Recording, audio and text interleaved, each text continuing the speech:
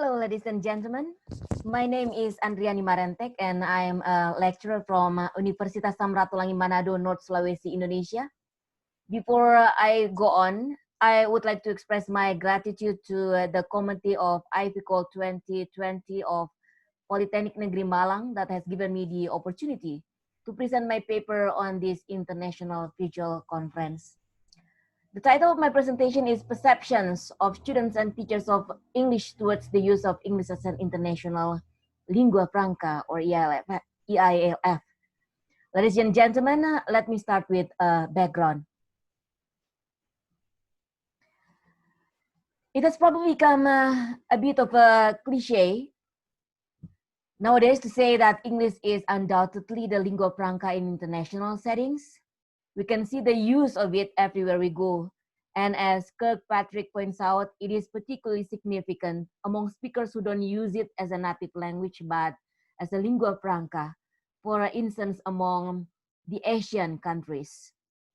Nevertheless, many language practitioners, including students and teachers, still have a lack of understanding as to what EILF is about. Previous research has also shown that many still have negative perceptions or attitudes towards the concept of ELF or EILF. Besides that, only few research, if not at all, has been done among English students and teachers in Indonesia. Therefore, these studies were conducted to investigate the perceptions of English students and teachers towards the new paradigm, particularly in North Sulawesi province of Indonesia. Now, what is this English as a lingua franca, or as I call it, English as an international lingua franca, or EILF for short? As you can see here, there are some definitions that I base my understanding of EILF. A definition by Jenkins in relation with Kachrus, and also a definition by Kanagaraja. Now let's move on to the studies. So there are two studies here. The first one was done in 2018 among English students in North Sulawesi. And the second one was in 2019, this time among English teachers in North Sulawesi. And this presentation is actually a combined results of the two investigations. The two studies were funded by the RDUU, or Riset Dasar Unggulan Unsrat, a research scheme of Universitas Samratulangi in 2018 and 2019. Now, let me start with the first study. The participants in this study were 138 English students coming from 3 universities in North Sulawesi. One is a public university, and the other 2 are private universities. The range of their ages is between 18 and 22 years old, who were in semesters 1 to 7 at the time of the study. And the method of data elicitation is by using a questionnaire or a survey. In this case, the participants were recruited by doing the field study to the respective university. That is by asking the dean of each faculty to give an access to university students available in certain classrooms. When the students agreed to participate after the rules and requirements were explained, the questionnaire was distributed to them. Now, in regard to the questionnaire, it was first piloted to 14 English students and was devised based on the pilot project. And it consists of mostly closed and some open-ended questions, which deal with questions on EILF and questions relating with the World English's varieties in the inner circle Englishes, such as American English, British English, Australian English, and Canadian English. Also the outer circle Englishes, such as Indian English, Singapore English, African English, and Filipino English. And the expanding circle ones as well, which are Chinese English and Japanese English. Ladies and gentlemen, now let's move on to the findings of the first study. From the first question, have you ever heard about EILF before, it reveals that the majority, which is 67% or 93 students have heard about it, as seen from the table here. But when asked what do you know about EILF by choosing the available options, only less than 50% or 49% of the students have a good understanding of EILF, as can be seen from the table here. When asked how they perceive World English's varieties in the three circles, most students choose American English, followed by British English. Other varieties account for only less than 30%, some even less than 20%, as shown on this table here. And they seem to base their preference on accent and pronunciation, as in here.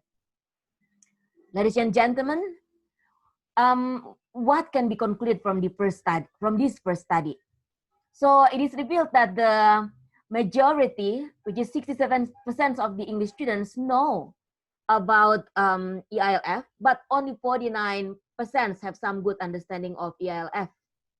Most students also perceive American English more positively due to its comprehensibility, its accent, and it's being common to use and its familiarity.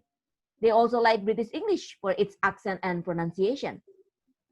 As for other varieties in the outer circle, only African English gets 29%, followed by Chinese English and Japanese English. Those are the expanding circle varieties with 20% respectively. Other varieties, including the inner circle ones, which are Australian English and Canadian English, and the outer circle ones, which are Indian English, Singapore English, and the Filipino English, get less than 20%. Okay, let's move on to the second study, the perceptions of English teachers in North Sulawesi. In terms of participants, this study among English teachers only includes 23 English teachers, as this is a more qualitative one. The 23 teachers come from 7 universities in North Sulawesi, 2 of which are public universities and 5 private universities.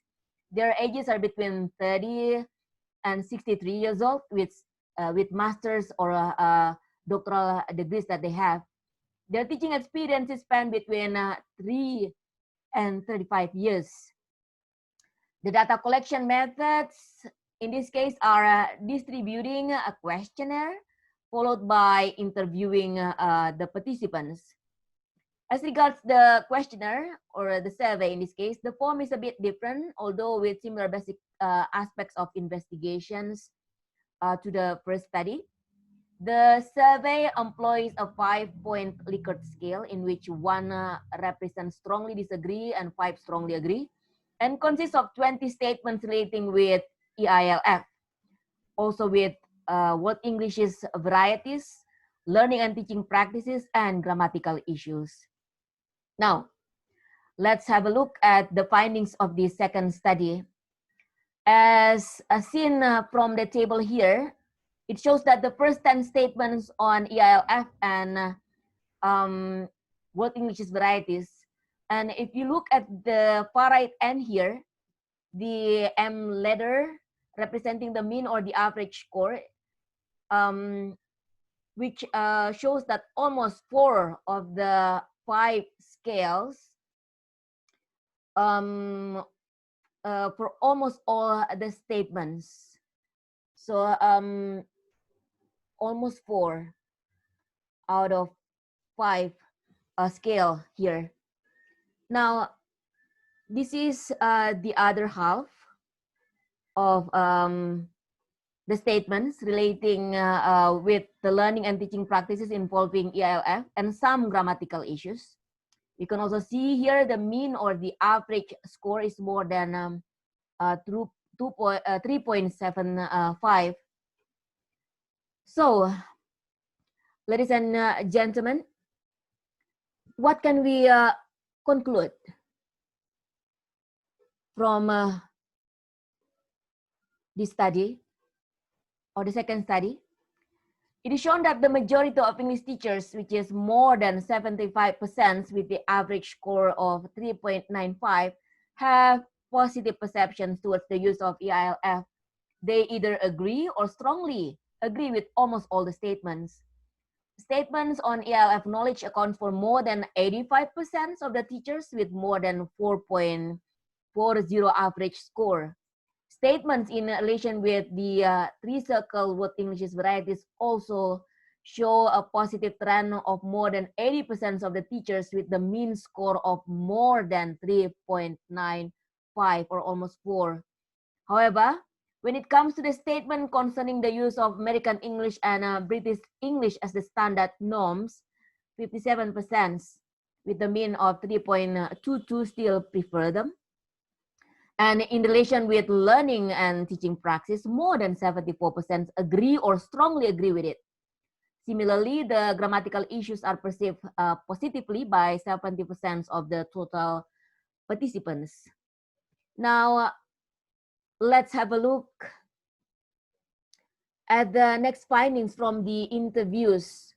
So the interview here was conducted in English after each teacher had completed the survey, and it was done to clarify some things and to ask EILF related questions further to the participants. There are 10 interview protocol, as you can see on this table here. And these are the findings from some interviews. For instance, for question number 2, do you think it's useful for your students to learn EILF? Why or why not?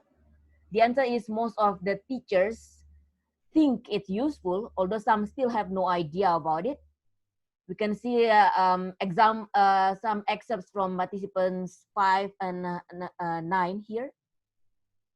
Another interview is this one for question number 5.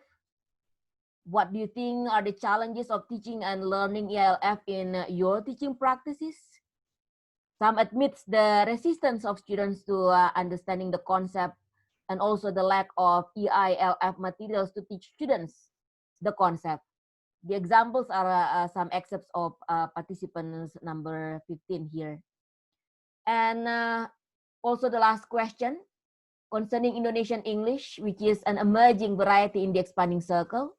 Some think it will benefit the students to be aware of their own variety, but some have no idea or doubt about it. The excerpts from participants 4 and 12 exemplify this. Ladies and gentlemen, now what can we conclude from the 2 investigations? So the first study, only less than 50% of the total 138 students have some good understanding of EILF concept. And most of them perceive particularly American English as their preferred variety, followed by British English. Other varieties, even those in the inner circle varieties, which are Australian English and Canadian English, receive only less than 20% preference. 75% of the 23 teachers have positive perceptions towards EILF use in general. However, some think students might resist it and materials are scarce. The majority of the teachers, with more than 85%, claim to understand EILF.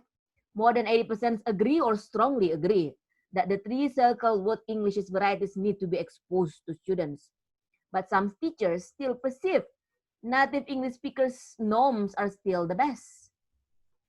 Most of the teachers, accounting for 70%, don't mind with the grammatical mistakes so long as they don't interfere communication. And here are some suggestions based on the findings. The first one is that English students need to have more exposure to EILF concept through, for example, in-service trainings, seminars, and conferences. A course on EILF needs to be given within the curriculum within a faculty that addresses this particular EILF issue. A well-prepared pre-service and in-service teacher training course in which EILF is a subject should also be established. And last but not least, more studies still need to be done in different contexts to get overall understanding of students and teachers' perceptions on the use of EILF. And that concludes my presentation today. These are the cited references. And if you have any questions regarding the presentation, please feel free to contact me at my email address, amarentek@unsrat.ac.id. Thank you very much for your kind attention.